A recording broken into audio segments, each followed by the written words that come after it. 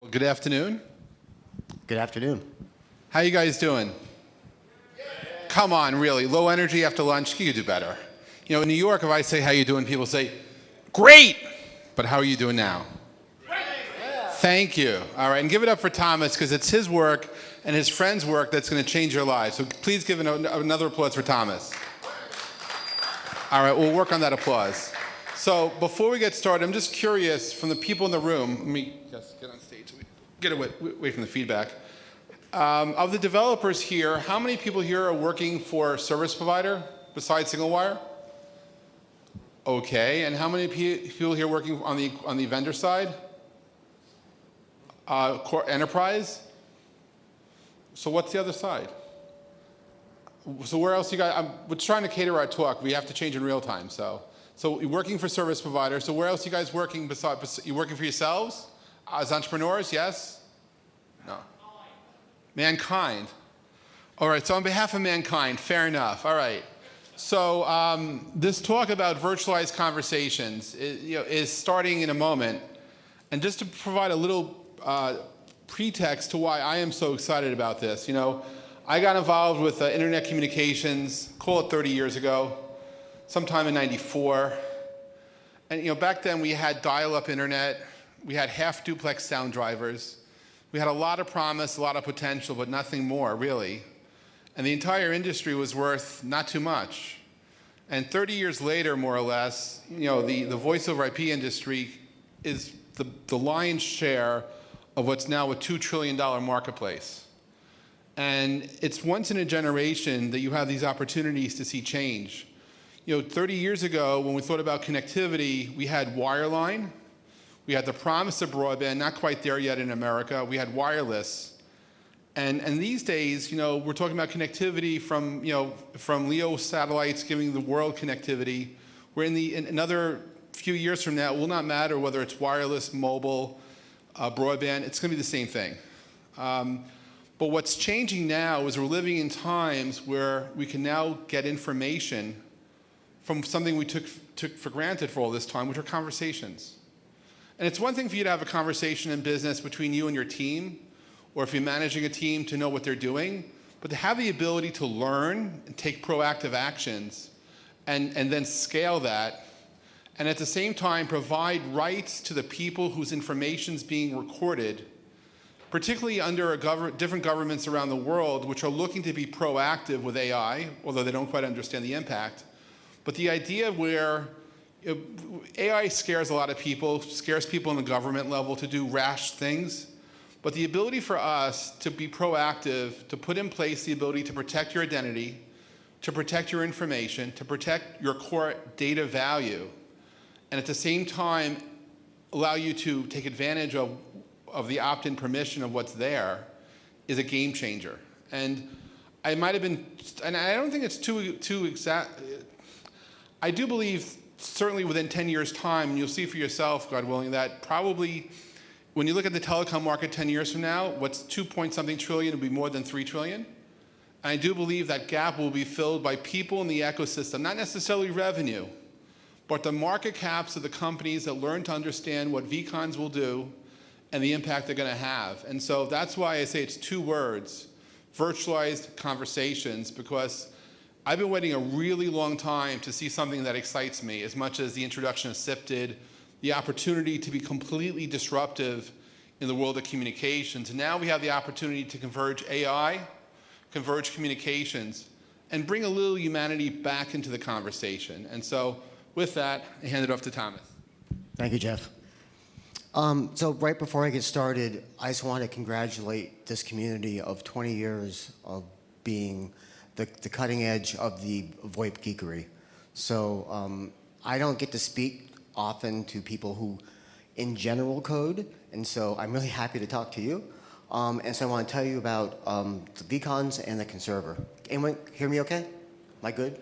Okay, good. Okay, so I work for Strolid, which has nothing to do with technology, or it didn't. We sell cars for a living. And by that, I actually mean we do sell cars. We sell cars on behalf of franchised car dealers. We get a lead in, we make a phone call, and we do that a lot.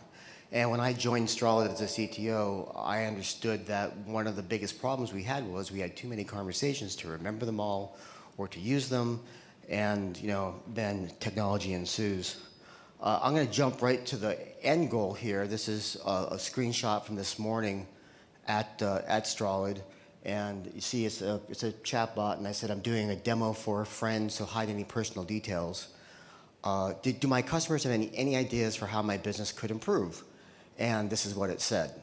And how did it know that? Well, it used vCons to do that. And so I want to talk to you about today is how these sorts of experiences are enabled by vCons, and how you can do it yourself. So we'll be talking about the vCon standard a little bit, and also be introducing an open source framework called the Conserver, which makes vCons. One day we might not need a conserver because a lot of equipment will generate vCons themselves, but until then it's a good migratory opportunity. So a vCon is a new file format being standardized by the IETF, and it is easy. It's just like any other file you might have on your computer, a Word file or an Excel file, but this one holds a conversation. And so this particular file format is designed in two halves. The top half, I call them the facts. One's called the parties, and the other's called the dialogues. The dialogues is the obvious part. It's what happened in the conversation, and it really supports all different kinds of dialogues: messaging, chat, video, audio, mail. The real determinant there is if a natural person, in the words of the GDPR, was involved in it, we will support that MIME type. The other part of the facts are the parties, who is in each of those conversations. So, for instance, if Jeff and I were having a conversation and we recorded it, the recording would be in the dialogues, and the parties would say Jeff and me. And in the parties are things like email address or telephone number or civic address, any of the identifiers that you need. And I want to stop there for a quick second, because we need this. It's really important because there's some regulations coming where you as a customer can say, I'd like to know what you know about me. And so we need to know where you are in the recordings, and the parties allow us to understand which recordings you're part of. Now the bottom part, I call them the opinions, and I'll start with the attachments first because that's easier to understand. This is designed to cross networks, to be stored and to give to a robot. And one of the things that robots really need are context. And context often comes from the attachments. So for instance, when I am a car salesman and I've got an inbound lead, I'm going to call you. I'm going to keep that lead as the attachment because that's why I called you. And so when the robot looks at the conversation and looks at the parties, he'll know that you had the conversation about the car because the car is the lead. It could be a mortgage, it could be a medical record, it could be it could be a picture, maybe I could use that picture, it could be a PowerPoint, whatever is going to help the robot understand the context of the conversation. And finally, the analysis. And the analysis is a running list of the times and places this information has been processed. So if you transcribe it, summarize it, look and analyze it, the vCon has a place where you can put all that stuff in there. Now, why? Because customers also have the right to know how you've processed their data and under what consent and for what purpose. The analysis allows us to have that in one package so that we can protect it, et cetera. Okay, the whole thing is done in JSON. You can encrypt it, you can sign it, you can pack it, and that means the dialogue's going to either be inside the JSON, base64 encoded, or outside the vCon as a URL. And if it's outside the vCon, we can sign the URL, so if it changes after the fact, we know that it happened. It's very difficult to put a 9 gig video file, on an email attachment. So there's been a lot of thought here around the practicality of it. So this is our working group. We were approved about 2 years ago. We're about a year, probably less than a year before it's approved.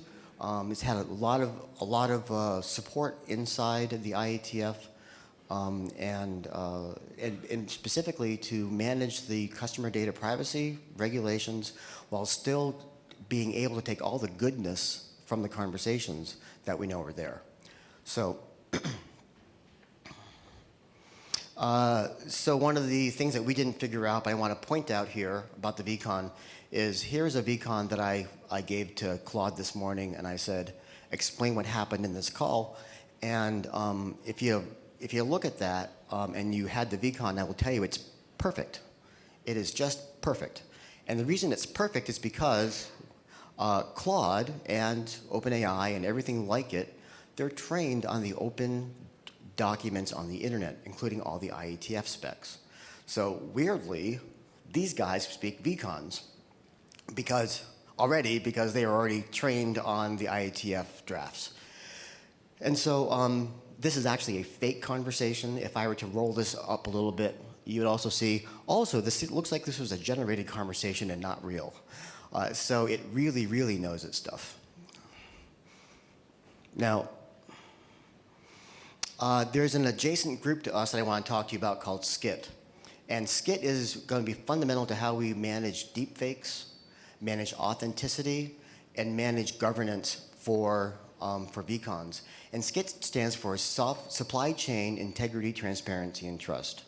And it was born out of the SolarWinds hack that happened 2 or 3 years ago. If you're unfamiliar with that, there was a malware injection into an upstream repo that got included into successive libraries as it finally got into every piece of the Defense Department.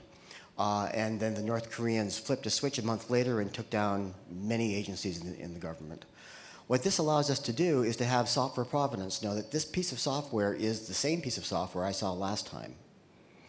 And so we're using that to manage how vCons are created, processed, and deleted. So down here, you see the agent and the customer is having a conversation. They create a vCon out of it. We can take those events and put them on that public SCIT chain, which is a distributed ledger, so that we can manage and understand how it's processed at scale by auditors. And it can be checked later on. So right here, I'm recording the vCon created and a recording of vCon processed. The fun part is at the very end, where the customer says, I want to erase my data. And so she makes the request to erase the data, and then it's marked as erased. This will work on a network. So if I have this vCon in multiple places in a network, and I'm using my SCIT chain to make sure I'm managing its life cycle, the other pieces of the network now know that this is no longer a valid thing. Please delete. And that makes this kind of thing very automatic. So this is a right to erasure request that gives you an option to give you your email or your phone number. We validate that you have it. Then once we've validated that you have it, we'll look through all the vCons and say, okay, here are the vCons you own. Download them, ask for them to be corrected, or ask them to be deleted. And it doesn't require any manual labor. These are things that every large company with contact centers should do. And as we all know, it's not necessarily universal. So let's talk about the conserver.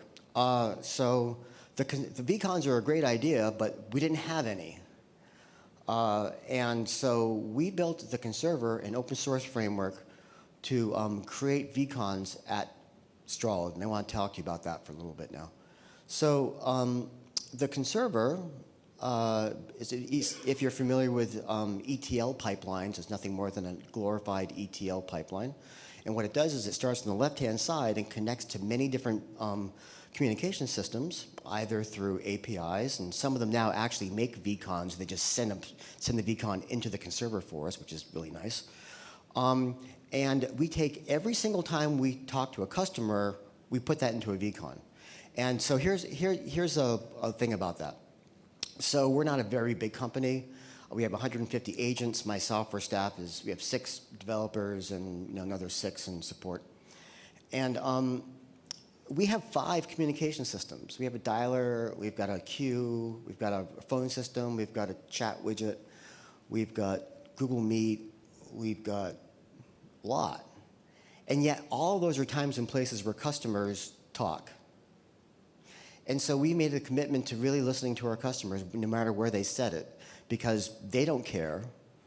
They should think that if they chatted with us that I'm coming in on Tuesday, it's just as good as them calling us, I came in on Tuesday. And so one of the things we learned is that unless you're a very, very big company and you can afford a very, very big system that will do everything, and there isn't one, you probably have multiple communication systems you have to unify. And so the conserver in the front helps unify those conversations.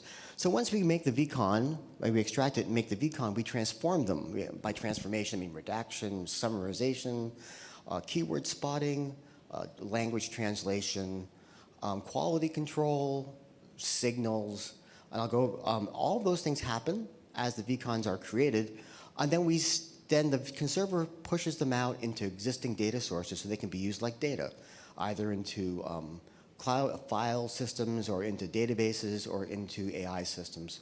And it keeps it all even. So if you want to delete a vCon, it'll go about and delete them out of the storages as well. And now you can start using these conversations as data. Even tracked, remember the whole the analysis thing? Also tracks when we train on them. So if a customer says, I want my data to be removed, you know which trainings that conversation was used on, so you can delete those too. Whole thing is built only on two major pieces of technology, Redis and Fast API, a Python framework. So there's nothing else but that. We really built this so we could put it behind a firewall, put it inside a secure network, and it's really easy to inspect, really easy to validate. We have a deep commitment to open source because we think the AI deserves that. The transparency required of AI requires open source. And so that's one of the reasons why we're so far behind this, is because we don't think there's another option to it. Okay, so let's look at the inside for a second of how the conserver works. In the heart of the conserver are called links. And a link is a little bit of functionality that works only on a vCon. So the way a link works is there might be a Redis list of vCon IDs, and one at a time they're popped off and given to that link. And that link, I'm using DeepGram as an example, but it could be Whisper, it could be OpenAI, it could be anything you want. And that link fetches the full vCon maybe from that UID. Now this is an important little detail here. Again, let me tell you about the 9 gig video file. Very often the vCons can be very large. They may not be small. And so we give the links the ability to manage their own data. And one of the reasons why we use Redis is because sometimes you want to bring the hardware to the data, not the data to the hardware. So Redis allows us to hardware accelerate vertically. After the vCon is processed, there's 3 things that could have happened. Either the vCon ID comes out, and that means great, things are good. Maybe there's a new vCon ID, because maybe I've redacted it, and so please work on this new vCon. I've made a new vCon for you. Or nothing. I'm not giving you a UID anymore. Stop.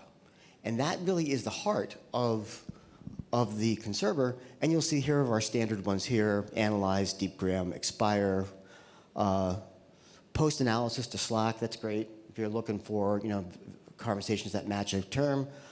Skit will update the Skit ledger. You can tag and all the rest. And that's what a vCon is. And chains are made from links. And so basically, we put links together. And I'm sort of blowing this up a little bit. And you see that at the end of a chain, you see there's storages. And that's where the storages get done with the vCon conserver. We support a lot of them. These are our ones we have right now. They're not so hard to add. And so, and then, as it's being stored, we also store it in an egress list. So the ingress to egress allows us to do all kinds of really stupid conserver tricks like this. So for instance, using that architecture with that Redis list of egress, we can horizontally scale. The list itself is durable, so you can pop one off and no one else will get it, which means you can just keep banging on conservers onto the same Redis list. And it's Redis, so it's pretty darn fast. We did a load test about 3 weeks ago, one of our partners, 15 million vCons in 90 seconds. And they had 1024 servers, and they melted Mongo, which I'm very proud of. So vertical scale is done by adding GPUs into the conserver, controlled by the links. So you can do that for hardware acceleration, for video, et cetera. Another stupid conserver trick is to have followers and webhooks. So, for instance, if you have a conserver on the other side of a network that you want to pass vCons down into, for whatever reason you do, you can have both models. You can webhook vCons out of the head conserver down into the follower for real time, or you can pull back. So you can have a follower link that follows the conserver, so every time it comes there, it pulls it in. Also, you can see if we have that SCIT distributed governance with a follower model, then we can distribute the data within a network and be confident that when we withdraw that data, not only can we do it, but we've not missed any of the training which has happened on it. And finally, it also does data scale. So by using S3 buckets and data sources to be the intermediary between processing, between the things, we really can scale this thing right up to the moon. Okay, so I want to talk to you about a couple of other utilities that we have that also are part of this open source package that help you work with vCons. We have an admin program that allows you to load vCons, to save them, to inspect them, and even has a nice little workbench so you can just grab which vCons you want to work with, give it a prompt, and watch it go through, which is kind of fun. By the way, all these links here do have the. If you want to grab each one of these things, you can get a link to the repos. This is fun, the fake conversation generator. So what we do is, we can make fake vCons. We actually have it recorded and a little transcription there and everything. And you can pick, what kind of business do you want to have the target of it? What's the name of it? Are there emotions involved? Anything like that, and we can make a ton of vCons. Great for testing, great for demos. Also, we have them in the repo. So every time you do a fake vCon, you can on the web, in our web version of it, we save it so that we have more and more synthetic vCons for load testing, etc. So we have an API. Again, Fast API was really nice for this. And so everything in the conserver is manageable also by REST API, including vCon lifecycles, chain development, configuration, rebooting, etc. So I think that's it. That is my introduction to the conserver. Yeah. So this is the foundational work, which from the application layer, you may start to understand how transformational this can be. Because these are the hooks needed to be able to discern conversations in your own company any conversation where you have consent to listen, to record, information can be gathered on a personal level for yourself, with your team, with your customers, however that goes through. And I do believe you're seeing the dawn of an era of a brand new thing that literally is 30 years in the making. And that's why I look for big ideas and big opportunities. This, I believe, is really big. So big that Thomas and I are hosting a workshop in Boston next month. And as a service to the open source community and really to people attending ClueCon, all of you are invited to come as our guests. We will not pay for your transportation, but we'll waive the registration fee. It's September 24th. There's a workshop. It's at the Boston Public Library. And if you'd like to come and learn more in depth about what we're talking about and perhaps see that light that we see, you're invited to come. Just let us know, and I'll put you on the list. It's that simple. And it's been a really long time since, and again, think 1995, before there were any standards for internet telephony, and we're dealing with H323 trying to make that work before SIP happened. Here, at least, we have a foundation to work from, but I'm telling you that from the evolution perspective, it's the dawn of a new day. We have the solar system evolving, and you're all invited to be part of that ecosystem. Thank you. Yeah, thanks, Jeff. So thank you for your attention. I want to apologize for 323. I was part of the 323 team, and I was part of the SIP teams. I learned. So any questions from the audience? It's a big old subject, isn't it? Let me just come over and bring the microphone to Jack, our questioning friend here. We're value your participation, sir. Oh, thank you. You're very kind. Thank you for the presentation. I've been a part of some of the Zoominars and things. I'm a little bit, I kind of know. I was on the repository. I didn't see how are the conservators envisioned to be each company sort of runs their own blockchain and keeps track of their own stuff?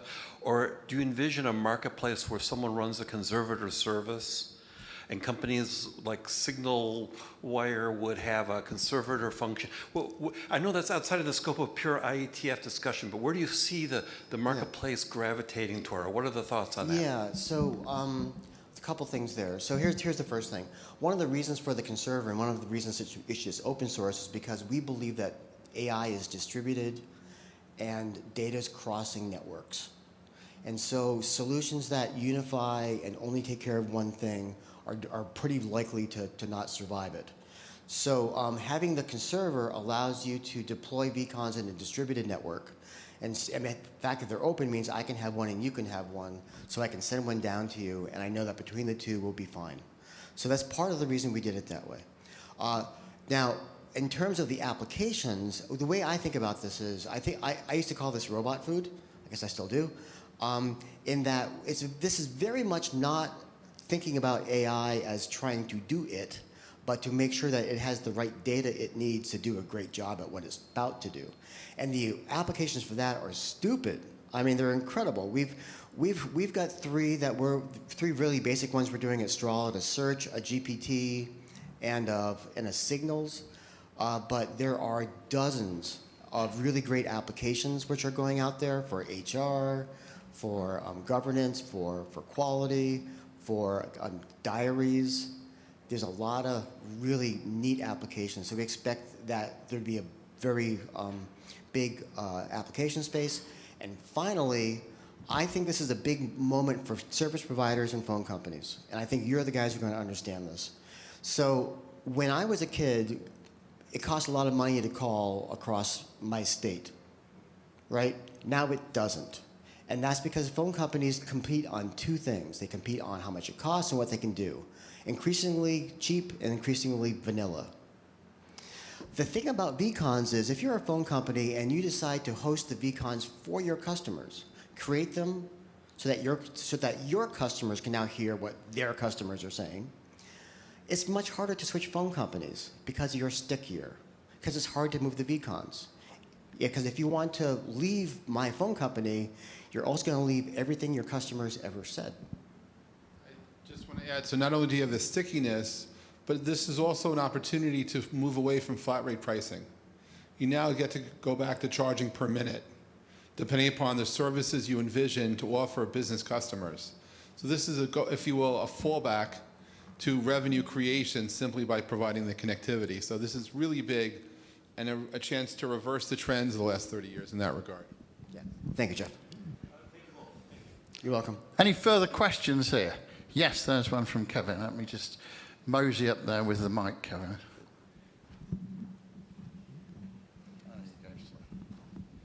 Great information, thank you. Quick question, follow up to what's happening on the 26th or 24th. 24th. Yes. Would you send some information out? You said it so fast, I didn't really get any of it. Yeah, absolutely. Yeah. So Okay. we're having a workshop on the 24th of September at the Boston Public Library, the vCon workshop, and it's got 3 or 4 major parts to it. There's a very technical part, like we're talking about here. There is a legal regulatory part that we're talking about in terms of guidance for governance. A third is a use case thing, and we've got a dozen really great use cases. My favorite use case is called the conversational CRM, which is basically using vCons to fill in the CRM instead of you doing it yourself. So that. Oh, you want? Yeah, and so Jeff at Pulver.com is really the shortest email I can tell you that's going to work. Any other questions? Thank you. Thank you. And just to reiterate that Jeff and Thomas are inviting you, the free switch community, the open source community, here as their guests. Absolutely. That is amazing. Got time for one more question, if there is one, before we hand over to lovely Liv-You. I'm not seeing any. So in that case, let's give a big, big ClueCon thank you to Jeff and Thomas here. Thank you.